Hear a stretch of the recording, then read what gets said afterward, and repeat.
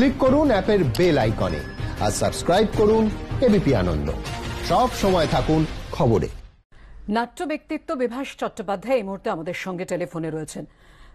বিভাস চক্রবর্তী এই মুহূর্তে আমাদের সঙ্গে টেলিফোনে রয়েছেন। বিভাসবাবু, আপনি তো অনেক কাছ থেকে দেখেছেন, একেবারে যদি আমি বলি অনুজ নাট্যকার হিসেবে, মঞ্চ পরিচালক হিসেবে, একজন মঞ্চাভিনেতা হিসেবে কিভাবে দেখেছেন সৌমিত্র চট্টোপাধ্যায়কে?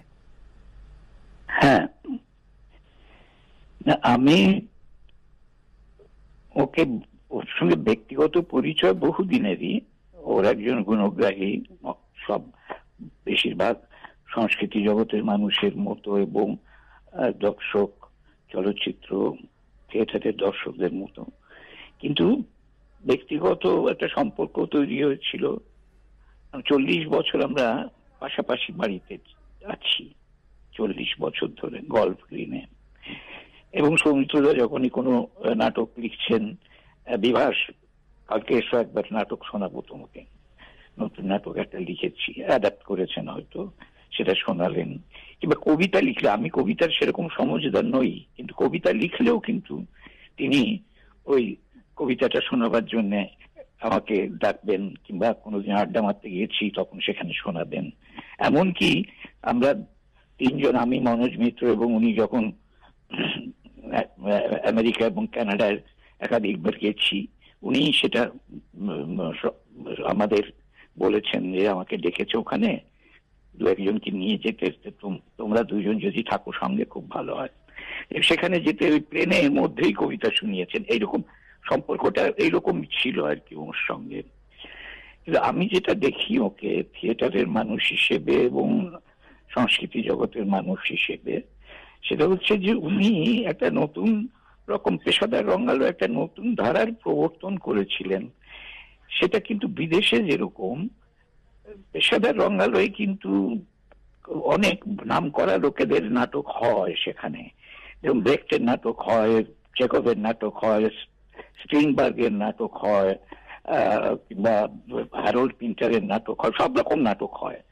আমাদের এখানে ধরে নেওয়া হয় যে আমাদের নাটক মানে পেশাদার রঙ্গালয়ের জন্য নাটক মানে একটু মোটা দাগের নাটক দর্শকরা পছন্দ করে। এগুলো হচ্ছে ধরে নেওয়া একটা, কিন্তু সত্যি কিন্তু তাই নয়। অর্থাৎ ভালো নাটক করলে সাধারণ দর্শকরাও সেটা উপভোগ করেন, এটা প্রমাণিত। পৃথিবীর মানে নাট্যালয়গুলির ইতিহাস প্রমাণ করে সেটা, রঙ্গালয়গুলির। সৌমিত্রদা যখন নাম জীবনটা করলেন, এই নাম জীবনটা তার প্রমাণ যে একদিকে পেশাদার রঙ্গালয়ে যে সাধারণ দর্শকদের জন্য খুব একটা উচ্চ মার্গের এমন একটা কি বলবো বিষয় নিয়ে করলেন, কিংবা ভাব নিয়ে করলেন, কিংবা আইডিয়া নিয়ে করলেন, যেটা তার মাথার উপর দিয়ে চলে যায়, সেরকমও নয়। অথচ খুব বাস্তব ধর্মী একটা নাটক, যেটা কিন্তু প্রযোজনার দিক থেকে অনেকটাই গ্রুপ থিয়েটারের কাছাকাছি। মানে তখন যে উৎপল দত্ত, শম্ভু মিত্র, উৎপল দত্ত কিন্তু একটা রিভিউ আছে নাম জীবনের, অসাধারণ একটা সমালোচনা করেছিলেন উৎপল দত্ত। এই পথে কিন্তু উনি হেঁটেছেন, যার জন্যে নাম জীবন একটা নাটক করেই তিনি মানে সাড়া ফেলে দিয়েছিলেন যে পেশাদার রঙ্গালো একটা নতুন গ্রুপ। এবং আমাদেরও, যারা আমরা গ্রুপ থিয়েটার করি, তাদেরও যে একটা ধারণা হলো যে না, পেশাদার রঙ্গালো এই ধরনের থিয়েটার হতে পারে, কেন কেন হবে না। যার জন্য আমাদের যে তখনকার দল, আমি যার ডিরেক্টর ছিলাম থিয়েটার ওয়ার্কশপ, সৌমিত্রদাকে বললাম যে আপনার নাম জীবন নাটকটা আমরা ছাপাবো আমাদের পত্রিকায়, থিয়েটার বুলেটিন বলে একটা পত্রিকা বের করতাম আমরা। উনি সানন্দে রাজি হলেন, সেটা দিলেন। নাটকটা যদিও বৌদি এবং সৌমিত্রদার যৌথভাবে করা অ্যাডাপ্টেশন, একটা ওয়েস্ট ইন্ডিয়ান নাটক। তা এই এই এই সৌমিত্রদার কেন অন্যদের থেকে ভিন্ন, উনি কেন ব্যতিক্রম পেশাদার রঙ্গালো এবং পেশাদার জগতে, এই কারণে তার অভিনয় কখনো উচ্চকিত নয়।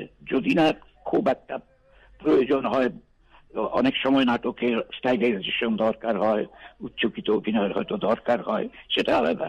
কিন্তু এমনিতে সাধারণভাবে অত্যন্ত স্বাভাবিক। সেই স্বাভাবিকতাটা তার চলচ্চিত্রে আছে, আবার তার একটা অন্য মাত্রায় স্বাভাবিকতা, থিয়েটারের স্বাভাবিকতা একটু অন্যরকম, সেই স্বাভাবিকতাও আছে। আবার জীবনেও তিনি অত্যন্ত স্বাভাবিক, এই 40 বছর ধরে তাকে দেখছি প্রতিবেশী হিসেবে। এত স্বাভাবিক কোন চলচ্চিত্র অভিনেতা ঘুরে বেড়াচ্ছেন, হ্যাঁ, এবং দোকানে যাচ্ছেন, জিনিস কিনছেন, হয়তো কাজের লোক হয়তো আসেনি কিংবা নেই হাতের কাছে, কিছু একটা কিনতে উনি নিয়েই চলে গেলেন, এইগুলো তো দেখেছি। আমার নিজের ব্যক্তিগত একটা কথা বলি, আমি একবার ঢাকায় গেছি নাটক করতে। সেখানে আমার স্ত্রীর আসার কথা পরের দিন, কিন্তু আমি একটু সংশয় ছিলাম যে ওর টিকিটটা কনফার্ম হয়েছে কিনা। রাত আমার বাড়িতে তখন ফোন নেই, আমি সৌমিত্রদাকে ফোন করলাম, সৌমিত্রদা কৃষ্ণাকে ডাকবেন, কালকে সকালবেলা একটু জেনে আমাকে যেন জানিয়ে দেয় যে আসছে কিনা কালকে। তো সৌমিত্রদা বললেন, তুমি দাঁড়াও, আমি তোমায় একটু পরে ফোন করছি। উনি নিজে রাত 12টার সময় শীতের রাত্রে বেরিয়ে এসে আমার বাড়িতে বেল দিয়েছেন। ওপর থেকে আমার স্ত্রী বলে, সৌমিত্রদা কি আপনি এখন? বলে, বিভাস ফোন করেছে ঢাকা থেকে, তুমি কি কাল যাচ্ছ? ও বলেছে, হ্যাঁ যাচ্ছি। তারপরে উনি বাড়ি চলে গেলেন, আমাকে ফোন করলেন ওই রাত্রে 12টা 1টার সময়। এটা কোনো ফিল্ম স্টার করবে? পৃথিবীতে কোন ফিল্ম স্টার আছে এরকম? করবে না। এই হচ্ছেন সৌমিত্রদা। এত স্বাভাবিক ভাবে আমাদের জেনারেশনের লোকের সঙ্গে কিংবা পরবর্তী জেনারেশন, দেবশঙ্কর, সুরজিৎ, সৌমিত্র মিত্র কিংবা এদের প্রত্যেকের সঙ্গে কিন্তু খোলামেলা ভাবে মেশেন। একটা ভিডিও রিসেন্টলি দেখলাম, মার্চ মাসের 13 তারিখ একটা অনুষ্ঠান হয়েছিল, আমাদের একটা গেট টুগেদার ছিল। সেই গেট টুগেদারের মধ্যমণি হচ্ছেন সৌমিত্রদা। আমাদের থিয়েটারে গেট টুগেদার হলে সেখানে উনি গান গাইছেন, একটা পল্লী গীতি গাইছেন, আর আমরা সবাই চারপাশে ঘিরে বসে আছি, শুনছি। এই লোকটা মানে আমাদের কি বলবো, আমাদের পিতৃপ্রতিম কিছু দাদা আমাদের পরিবারের চলে গেছেন, তাদের জন্য আমরা শোকার্ত হয়েছি ঠিকই, কিন্তু আমার থেকে অল্প বড়, আমার বয়সের কাছাকাছি এরকম দাদা পরিবার থেকে চলে এলেন। অজিতেশ গিয়েছিলেন আর সৌমিত্রদা গেলেন। সে যে কত বড় শখ, এবং দুজনের সঙ্গে আমার ব্যক্তিগত এত সম্পর্ক, ঘনিষ্ঠতা। সৌমিত্রদার টেলিফিল্মে আমি অভিনয় করেছি, উনি আমাকে নিয়েছেন। আমার এরা ওয়ান ওয়াল প্রোডাকশনে সৌমিত্রদা মুখ্য ভূমিকা করেছেন। আমি 2টো ফেলুদা করেছি, মানিকদা আমাকে অনুমতি দিয়েছিলেন। সেখানে সৌমিত্রদা প্রথমে ঘররাজি হয়েও আমার প্রতি স্নেহবশত সৌমিত্রদা তখন ছেড়ে দিয়েছেন ফেলুদা করা, ফেলুদা করলেন আমার দুটো টেলিভিশন। মানে তার প্রতিটা মুহূর্তই যেন সিনেমার মতো, চলচ্চিত্রের মতো। ধন্যবাদ আপনাকে।